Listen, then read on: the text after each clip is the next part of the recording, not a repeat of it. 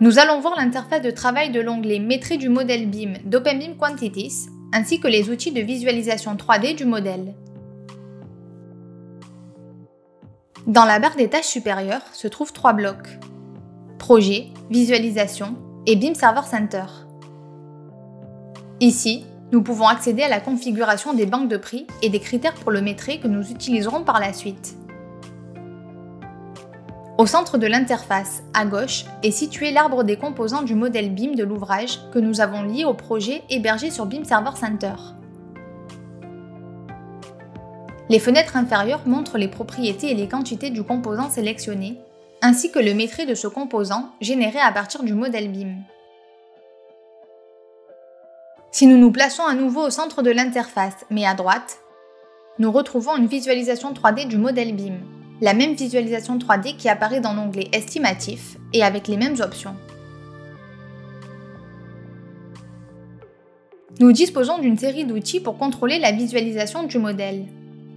Pour le mettre en orbite, nous maintenons le bouton gauche ou droit de la souris enfoncé, tout en le déplaçant. Pour zoomer, nous utilisons la molette de la souris. De même, si nous maintenons la molette ou le bouton central de la souris enfoncé et que nous la faisons glisser, nous pouvons modifier le cadrage. En cliquant sur un élément dans la visionneuse, le logiciel le sélectionne automatiquement dans l'arbre des composants, à gauche de l'interface.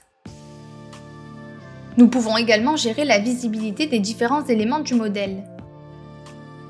Pour ce faire, nous cliquons sur le bouton « Éléments » de la barre des tâches supérieures. Tout d'abord, nous pouvons modifier la couleur de fond. Dans la section suivante « Projet », nous décidons de la visibilité des niveaux du modèle.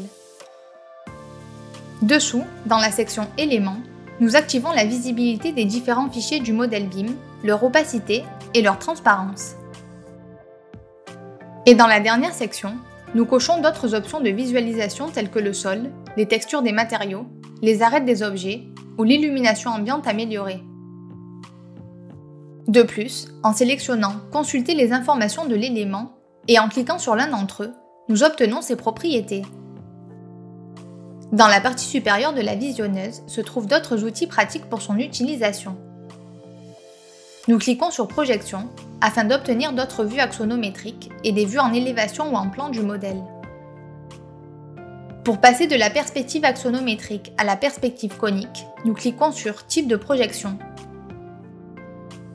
Enfin, nous pouvons pivoter ou tourner le modèle autour d'un axe vertical, d'un point ou de la caméra, ainsi que réaliser des sections perpendiculaires aux 3 axes globaux.